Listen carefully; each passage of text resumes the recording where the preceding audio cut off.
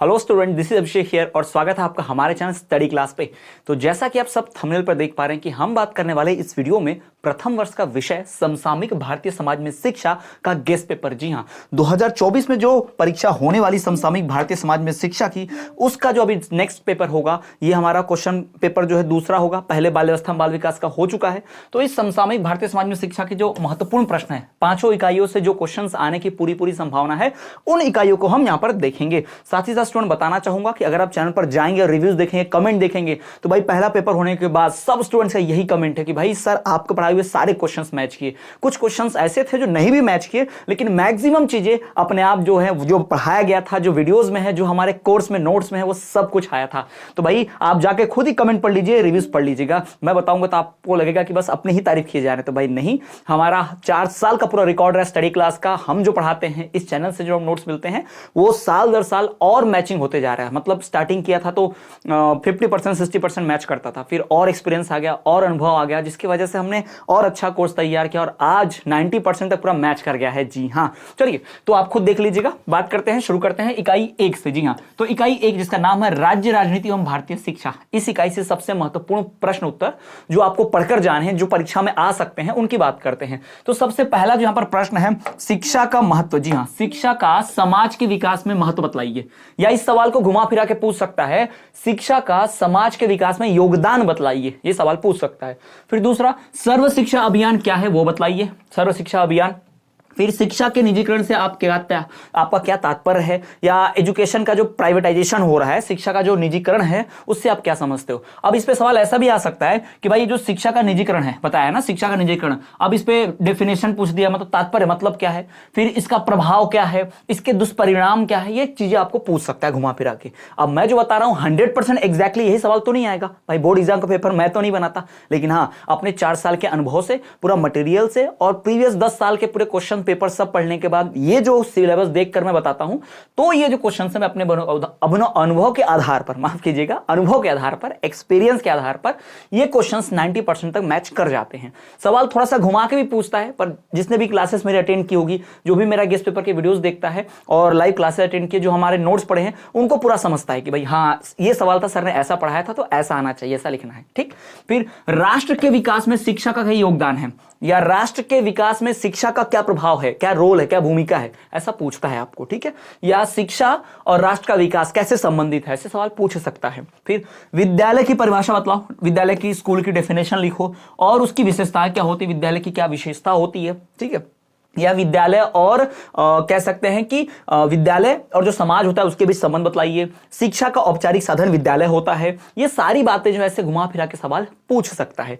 फिर एक सवाल, आर्थिक विकास का शिक्षा से क्या संबंध है, या शिक्षा का आर्थिक विकास से क्या संबंध है, या फिर शिक्षा कैसे आर्थिक विकास का निर्धारण करती है। मतलब भाई अगर आपके पास शिक्षा है तो आपका आर्थिक विकास होगा, मतलब भाई आप फाइनेंशियली डेवलप होंगे, यानी कि आपके पास पैसा आ सकता है, क्योंकि शिक्षा होगी तो नौकरी होगी, शिक्षा होगा तो ज्ञान होगा, ज्ञान होगा तो ही नौकरी होगी या बिजनेस होगा, कैसे भी पैसे आप कमा पाएंगे शिक्षा की मदद से। फिर शिक्षा को प्रभावित करने वाले कारक लिखिए, ये मोस्ट इंपॉर्टेंट है मेरे हिसाब से। ठीक है, ध्यान रखिएगा, शिक्षा को प्रभावित करने वाले कारक बहुत इंपॉर्टेंट है, और साथ ही साथ शिक्षा का समाज के विकास में बहुत महत्वपूर्ण, ये बहुत इंपॉर्टेंट है, ये सवाल बहुत ज्यादा इंपॉर्टेंट है, तो इनको आप जरूर पढ़कर जाइए, ध्यान में रखिएगा। ठीक, चलिए आगे बढ़ते हैं अगली इकाई की तरफ। अगला इकाई 2 जिसका नाम है समाज व शालेय शिक्षा का परिप्रेक्ष्य। समाज और शालेय शिक्षा, स्कूल वाली एजुकेशन की बात हो रही है। ठीक, विद्यालय संस्कृति का अर्थ एवं उसकी विशेषताएं, विद्यालय की संस्कृति क्या होती है, यानी विद्यालय का जो माहौल होता है उसकी बात की जा रही है, विद्यालय में जो कामकाज होता है उसकी बात की जा रही है।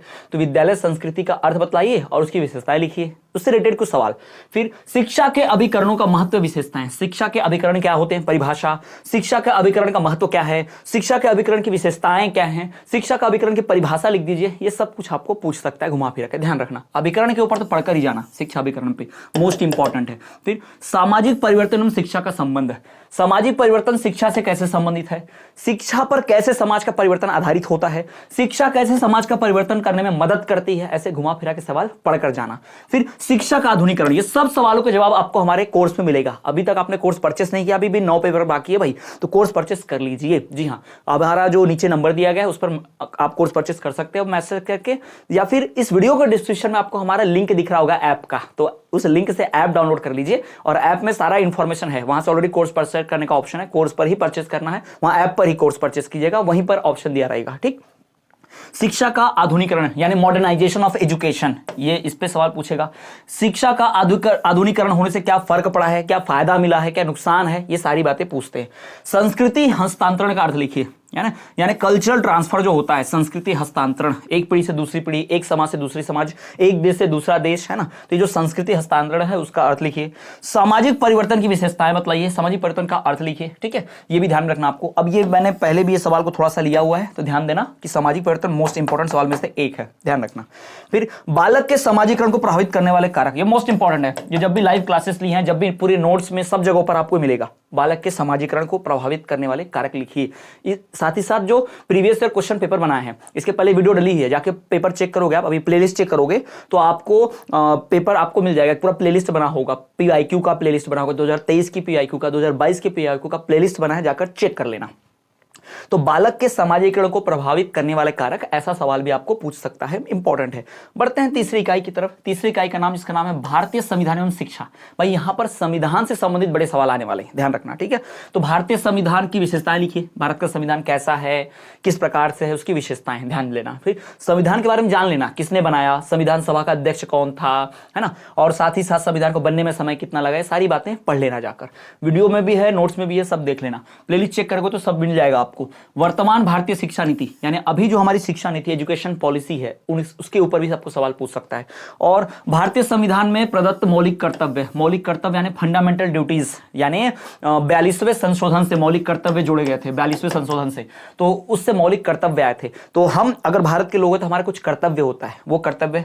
फिर भारतीय शिक्षा आयोग, कोठारी कमीशन के नाम से भी जिसको जानते हैं, या कोठारी आयोग भी बोलते हैं, या भारतीय शिक्षा आयोग भी बोलते हैं, ये भाई मोस्ट इंपॉर्टेंट है, 100% इंपॉर्टेंट है, इसको ध्यान में रखना। ठीक है, भारतीय शिक्षा आयोग, कोठारी आयोग बहुत इंपॉर्टेंट है। फिर भारतीय शिक्षा नीति, हमारे भारत की जो एजुकेशन पॉलिसी रही है, जो शिक्षा नीति रही है ना, भाषा वाला त्रिभाषा सूत्र, ये जो सूत्र रहे भाषा के, ये ध्यान में रखना। राष्ट्रीय शिक्षा नीति क्या है, समानता का अधिकार क्या है, ये सवाल बहुत महत्वपूर्ण है। राइट टू इक्वालिटी, समानता का अधिकार, इस पे भी प्रश्न जुड़ता है। हमारे संविधान में 6 जो मौलिक अधिकार दिए जाते हैं, 6 फंडामेंटल राइट्स दिए जाते हैं ना, उनके ऊपर बड़ा पूछता है इसमें, स्वतंत्रता का अधिकार, समानता का अधिकार। ठीक, और कस्तूरबा गांधी बालिका विद्यालय क्या है, इसके बारे में बतलाइए, इसके ऊपर लेख लिखिए। कस्तूरबा गांधी बालिका विद्यालय जो है, इसके बारे में थोड़ा जानकारी लीजिए, इसके बारे में आपको पूरा पढ़ के रहना है। ठीक है, ये नोट्स में इंक्लूड है और लाइव क्लासेस में भी मैंने इंक्लूड कर रखा है, तो इस पर ध्यान देना जरूर। बढ़ते हैं अगली इकाई की तरफ। अगली इकाई, चौथी इकाई जो हमारी है, सेकंड लास्ट, शिक्षा में समकालीन मुद्दे एवं सरोकार। जी हाँ, शिक्षा में जो समकालीन मुद्दे हैं और उनसे क्या सरोकार है, क्या लेना देना है, उसकी बात करते हैं। तो लोकतंत्र, पहला तो भाई लोकतंत्र क्या है, डेमोक्रेसी जिसको बोलते हैं, लोकतंत्र, लोकतंत्र की परिभाषा, लोकतंत्र का सिद्धांत, शिक्षा से संबंध लोकतंत्र का क्या है, ये सब सवाल बड़े इंपॉर्टेंट हैं। उदारीकरण क्या है, लिबरलाइजेशन जिसे कहते हैं, उदारीकरण का शिक्षा पर क्या प्रभाव पड़ता है। साथ ही साथ वैश्वीकरण भी बहुत ध्यान में रखना, ये उदारीकरण और ये वैश्वीकरण, ये ध्यान में रखना बहुत ज्यादा। ठीक है, और लोकतंत्र से जुड़ा एक सवाल तो आना ही आना है, 100% गारंटेड है। और एक कोठारी कमीशन, इसको भी 100% गारंटेड समझ लो भाई, सवाल आता ही आता है। तो लोकतंत्र से संबंधित और उदारीकरण और वैश्वीकरण से संबंधित प्रश्न आता ही है। तो उदारीकरण क्या है, उदारीकरण का शिक्षा पर क्या प्रभाव पड़ता है, वैश्वीकरण क्या है, वैश्वीकरण के प्रमुख उद्देश्य क्या है, वैश्वीकरण से लाभ क्या है, वैश्वीकरण क्यों किया जाता है, ये सारी सवाल ध्यान में रखना। साथ ही साथ बालिका शिक्षा से आपका क्या अभिप्राय है, आप क्या समझते हो, बालिका शिक्षा को बढ़ाने के लिए सरकार क्या कर रही है, उसके लिए क्या योजनाएं ला रही है, बालिका शिक्षा है क्या, इस प्रकार के प्रश्न भी पूछता है। फिर भारतीय लोकतंत्र में हमारी शिक्षा का क्या उद्देश्य है, या भारतीय लोकतंत्र शिक्षा से कैसे जुड़ा हुआ है, या भारतीय शिक्षा में लोकतंत्र को कैसे इस्तेमाल किया जाता है, या लोकतंत्र में भारतीय शिक्षा किस प्रकार की है, घुमा फिरा के खूब सवाल पूछेगा इस पे, इस टॉपिक पर पढ़ के जाना सारे। फिर कोठारी कमीशन द्वारा शिक्षा के उपाय, पहले बता चुका हूं, कोठारी कमीशन या फिर कोठारी आयोग या भारतीय शिक्षा नीति या भारतीय शिक्षा आयोग, सबके नाम एक ही है, ये सब अलग अलग नाम से जाने जाते हैं एक ही, तो इनसे जुड़ा हुआ सवाल पढ़कर जरूर जाना। और ऑपरेशन ब्लैक बोर्ड क्या है, ये बोनस क्वेश्चन है, शायद आ जाए क्योंकि ये बहुत इंपॉर्टेंट मोमेंट पहले चला था। तो ऑपरेशन ब्लैक बोर्ड क्या है, बच्चों को स्कूल तक लाने का मोमेंट था, ऑपरेशन था। ठीक है, तो ऑपरेशन ब्लैक बोर्ड क्या है, इसको भी पढ़कर जाइएगा। बढ़ते हमारी अंतिम यूनिट की तरफ, अंतिम इकाई जो कि है इकाई 5, इसका नाम है सामाजिक बदलावकर्ता के रूप में शिक्षा। शिक्षक जो होता है, अध्यापक जो होता है, ठीक है। अब देखो अध्यापक शिक्षक दोनों अलग है, तो ये जो टीचर, ये जो शिक्षक, ये जो अध्यापक जो हैं भाई, इनका समाज के बदलाव में क्या योगदान रहता है, ठीक है। तो चलिए उसी के बाद में क्वेश्चन जो इंपॉर्टेंट है, पहला, अध्यापक के रूप में शिक्षक का क्या कर्तव्य है। एज ए टीचर, अध्यापक के रूप में, एज ए शिक्षक हम जो है अध्यापक के रूप में क्या रोल प्ले करते हैं, क्या कर्तव्य करते हैं। क्योंकि भाई अध्यापक जो होता है ना, अध्यापक वो क्या करता है, वो अध्ययन कराता है, लेकिन जो शिक्षक होता है शिक्षा देता है। दोनों में फर्क है भाई। अध्यापक आपको सिर्फ किताब की बातें ज्यादा बताएगा, पर शिक्षक आपको किताब और जिंदगी की बातें दोनों समझाएगा, ध्यान में रखना, ठीक। बुक का नॉलेज ज्यादा देगा अध्यापक, लेकिन शिक्षक किताब के साथ साथ समाज, दुनिया, इसका भी ज्ञान आपको देगा, जिंदगी का भी ज्ञान देगा। फिर सामाजिक परिवर्तन की परिभाषा बताइए, सामाजिक परिवर्तन क्या है। इसके ऊपर भाई इंपॉर्टेंट क्वेश्चन है, ध्यान में रखना, टॉपिक इंपॉर्टेंट है। समुदाय की परिभाषा लिखिए, समुदाय जो ग्रुप होता है ना, परिवार वगैरह, उसकी परिभाषा लिखिए। समुदाय और समाज में अंतर लिखिए, समुदाय और समाज के बीच क्या अंतर होता है, समाज किसे कहते हैं, समुदाय किसे कहते हैं, ठीक है। एक सामाजिक इकाई के रूप में विद्यालय का महत्व है, ठीक है। ये भी सवाल आपको पूछ सकता है, एक सामाजिक इकाई के रूप में माफ कीजिएगा, विद्यालय का क्या महत्व है, ये सवाल भी आपको पूछ सकता है। फिर नैतिक शिक्षा का महत्व एवं विशेषताएं बतलाइए, नैतिक शिक्षा की परिभाषा पूछ देगा, नैतिक शिक्षा का महत्व पूछ देगा, नैतिक शिक्षा की विशेषताएं पूछ देगा, ये तीनों पूछ सकता है, ध्यान में रखना भाई, ठीक है। क्या क्या पूछ सकता है भाई, तो नैतिक शिक्षा की परिभाषा, नैतिक शिक्षा का महत्व और नैतिक शिक्षा की विशेषताएं, ये तीनों पूछ सकता है, तीनों में से कोई भी पूछ सकता है, ध्यान रखिएगा। फिर अगला, शिक्षा और समाज का क्या संबंध है, शिक्षा और समाज का संबंध है, शिक्षा कहां ली जाती है, कैसे ली जाती है, शिक्षा में, शिक्षा जो है सामाजिकरण से ही हो सकती है, समाज में रह के ही हो सकती है। इन टॉपिक पर पूरा पढ़कर जाना, ये हमारे वीडियोस में मौजूद है, ऑलरेडी आप प्लेलिस्ट चेक करोगे, वीडियो लेक्चर वहां आपको मिल जाएगा। और हमारे कोर्स में तो ऑलरेडी जो मैराथन क्लास बनाई गई है उसमें पूरा डिटेल में एक्सप्लेन किया गया है। जी हाँ, इन सभी कोर्स के जो नोट्स होते हैं ना, हर विषय के नोट्स जो ऐप में अपलोडेड है, उनका पूरा मैराथन लेक्चर भी अपलोडेड है, वो भी समझाया जाता है वहां पर, तो भी आप देख लीजिएगा, ठीक है। इसका भी मैराथन लेक्चर हम यूट्यूब पर लेकर आएंगे एग्जाम से पहले, तो ये भी ध्यान में रखिएगा आप, ठीक। तो ये जो हो गया पूरा, ये हमारा क्या है भाई, ये हमारा 5 इकाई के सारे महत्वपूर्ण प्रश्न उत्तर हैं, जो आपकी आने वाली डेट की परीक्षा के लिए क्या है भाई, बहुत महत्वपूर्ण है, ठीक है, ये ध्यान रखिएगा। तो आने वाली डेट की परीक्षा के लिए मॉडर्न प्रश्न पत्र जैसा है, मॉडल क्वेश्चन पेपर जैसा है, इनमें से ही आपका सवाल रहेगा, इनसे ही आपके प्रश्न ज्यादातर आएंगे, तो ध्यान रखिएगा। इनको 100% पहले तैयार करके जाना, बाकी भी बाद में पढ़ना, पर पहले इनको पढ़कर जाना। इन सभी सवालों के जवाब देखने के लिए हमारा कोर्स जरूर परचेस करें, दिए गए नंबर पर लिंक मिलेगी आपको डिस्क्रिप्शन में, वहां से ऐप डाउनलोड कर लो, ऐप पे सारे कोर्स की जानकारी देख सकते हैं। साथ ही साथ हमारा टेलीग्राम ग्रुप ज्वाइन करें, इस वीडियो के डिस्क्रिप्शन में उसका भी लिंक है। इंस्टाग्राम का लिंक है, इंस्टाग्राम पे जरूर फॉलो कर लेना भाई, इंस्टाग्राम पे फॉलो करना, न्यूज नोटिफिकेशन मिलते रहती है।